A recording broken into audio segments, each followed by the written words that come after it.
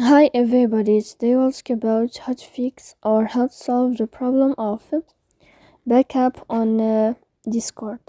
To know how to fix or how to solve the problem of backup on Discord app, you should just go to settings. Here you can click on apps, default apps, app settings. Then you will enter to the window of Discord. Here you can click on first stop and you can click OK. Then you will enter to storage. Here you can click clear cache. Don't click clear data because that can cause you errors or can delete your account. Here you can turn off your Wi-Fi and you can turn on your Wi-Fi again. So please don't forget to support us by like and subscribe. See you next time in another video.